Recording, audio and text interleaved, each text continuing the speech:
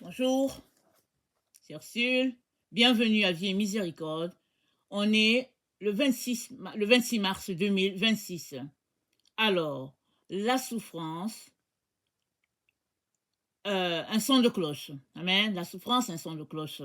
Alors, Job 36, le verset 15 nous dit ceci. Nous savons que quand on fait référence au livre de Job, on pense directement à la souffrance. Et dans Job 36, au verset 15, c'est dit « Mais Dieu sauve le malheureux dans la misère, et c'est par la souffrance qu'il l'avertit. » Alors, on peut débattre beaucoup là-dessus. Et ici, c'est les amis de Job qui sont venus pour parler. Ils avaient des paroles encourageantes, mais il se passait que ils étaient là pour reprocher à Job quelque chose, pour le blâmer de la situation. Alors souvent, quand on passe par des situations difficiles, ceux-là qui sont autour trouvent quelque chose toujours à dire. Ils vont nous blâmer, ils vont faire ceci, ils vont faire cela. Toutefois, la souffrance peut aussi être au fait, vue du point de vue de Job. Parce que Job avait un regard de la souffrance qui était différent de ses amis. Les amis de Job sont venus pour le blâmer, alors que Job, lui, il parlait de sa souffrance à Dieu. Il ne savait pas pourquoi il souffrait. Il n'avait pas l'autre côté, l'autre facette. Et l'autre facette, c'était que le diable avait parlé à Dieu, disant que Dieu favorisait Job. Et Dieu lui a dit, lui là, c'est mon fils, il ne va jamais me trahir. Donc, Job passait par toutes sortes de situations difficiles, sans savoir qu'il était à l'épreuve. Évidemment, ce n'est pas toutes les souffrances qui ont une permission de Dieu, mais quand bien même la souffrance par laquelle tu passes n'a pas la permission de Dieu, Dieu est toujours là pour t'aider à sortir des situations désagréables, souvent organisées par les êtres humains, pour te nuire, puis voilà. Et donc, le texte dit, Dieu sauve le malheureux dans la misère. Alors, peu importe le type de souffrance, que ce soit un mal de tête, que ce soit un mal de gorge, c'est à Dieu qu'il faut crier, et puis Dieu va toujours venir à ton secours. Amen. Et dans dans le psaume 89, au verset 16,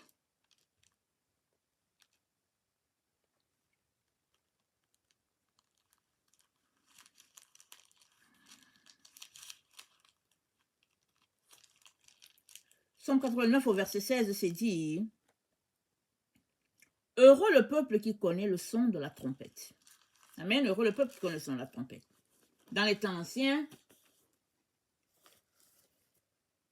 les gens communiquaient par des tam-tams ou bien des sons comme la corne de l'antilope. En tout cas, ils soufflaient dans quelque chose et le peuple était éduqué à entendre le son. Souvent, c'était pour signaler la naissance, souvent, c'était pour signaler un deuil, souvent, c'était pour signaler un rassemblement au lieu où le roi demande à tout le monde de se pointer.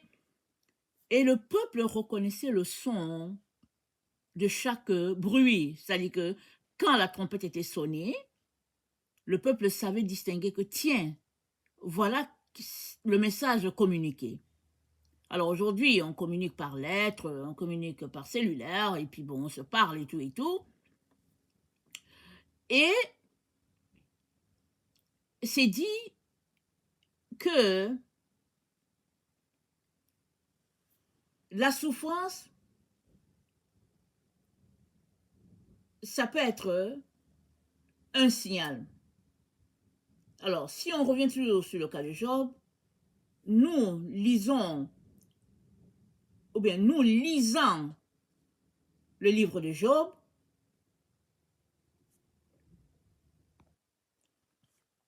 pardon, nous lisant le livre de Job, on sait ce qui s'est passé entre Dieu et le diable, mais Job ne sait pas. Alors, Job a passé son temps à s'adresser à Dieu. Et Jésus-Christ a dit, pour faire un lien, n'est-ce pas, avec ce que Job a vécu, Jésus-Christ a dit, si quelqu'un veut venir après moi, qu'il renonce à lui-même et qu'il se charge de sa croix. Alors, se charger de sa croix, c'est porter sa souffrance. Aujourd'hui, on n'aime pas souffrir. Et puis, on ne veut même pas. À la pensée même de ça, on ne veut pas. Et souvent, on souffre et puis on essaie de se soulager par toutes sortes de situations, de voir, de rencontrer son médecin et puis tout ça. Et la souffrance peut tomber sur n'importe qui. Il n'y a personne qui est là qui est en train de chercher la souffrance. On ne cherche pas la souffrance. Toutefois, si ça vient, tout dépend de où est-ce qu'on met notre foi. Alors, il y en a qui ont leur foi dans leur médecin, il y en a qui ont leur foi dans leur argent, il y en a qui ont leur foi dans toutes sortes de situations. Et voilà. Mais la foi, c'est en Dieu qu'on doit la placer. Il y en a qui n'ont pas la foi en Dieu pour certains types de situations, mais qui ont la foi pour autre chose. Alors, exemple, il y a les gens qui auront la foi en Dieu, par exemple, pour les guérir, mais ils n'auront pas la foi en Dieu pour que Dieu paye leur loyer, exemple. Alors, tout dépend de la situation par laquelle nous passons, mais toujours est-il que la souffrance est rattachée à l'être humain. Notre nature d'être humain fait que la souffrance est avec nous. Souvent, ça peut être que c'est pas dans notre corps, mais ça peut être que on ne s'entend pas avec notre conjoint. Ça peut être que nos enfants passent par des moments difficiles, et puis ben voilà. La souffrance, elle peut être à tous les niveaux.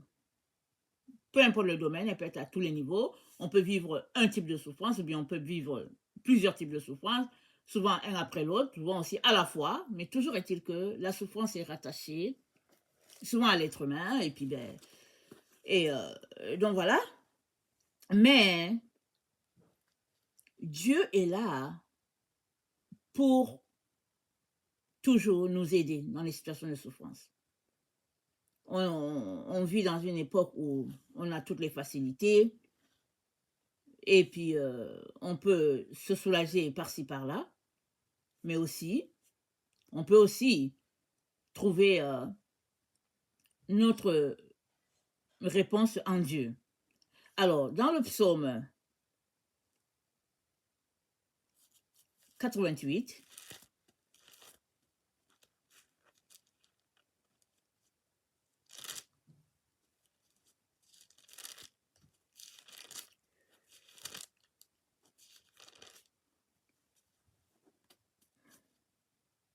est-ce que c'est le psaume 88, au verset 2, c'est dit, « Éternel Dieu de mon salut, je crie jour et nuit devant toi, que ma prière parvienne en ta présence, prête l'oreille à mes supplications. » Amen.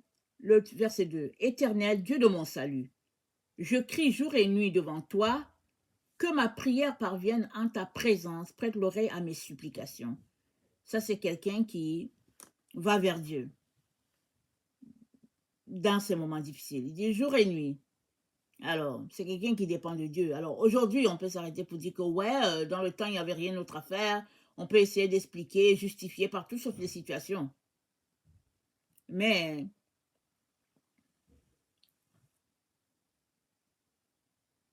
c'est pas tout le monde qui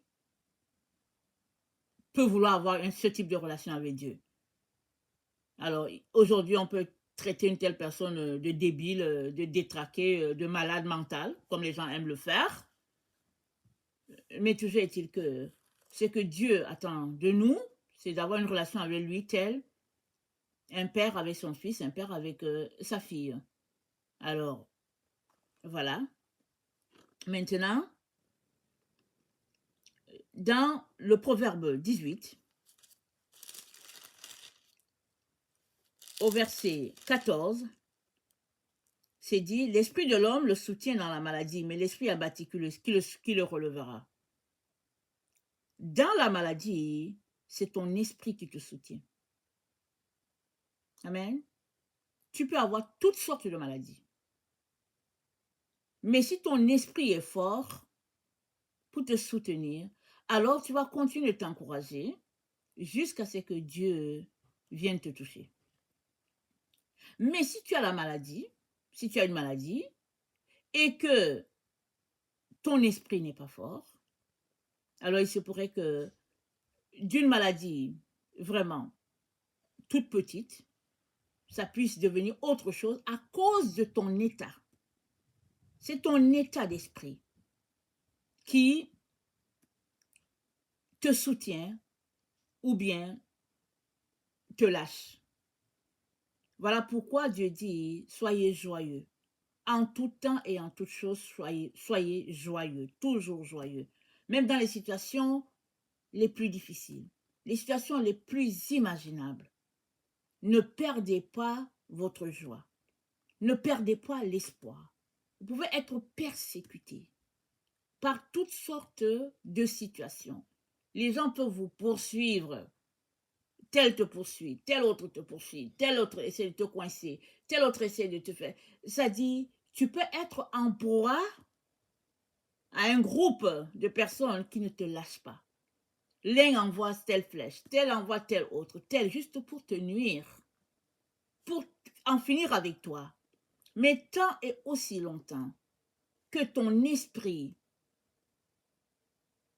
est en Dieu, est joyeux, non abattu, tu vas continuer de fonctionner jusqu'à ce que Dieu intervienne comme dans le cas de Job.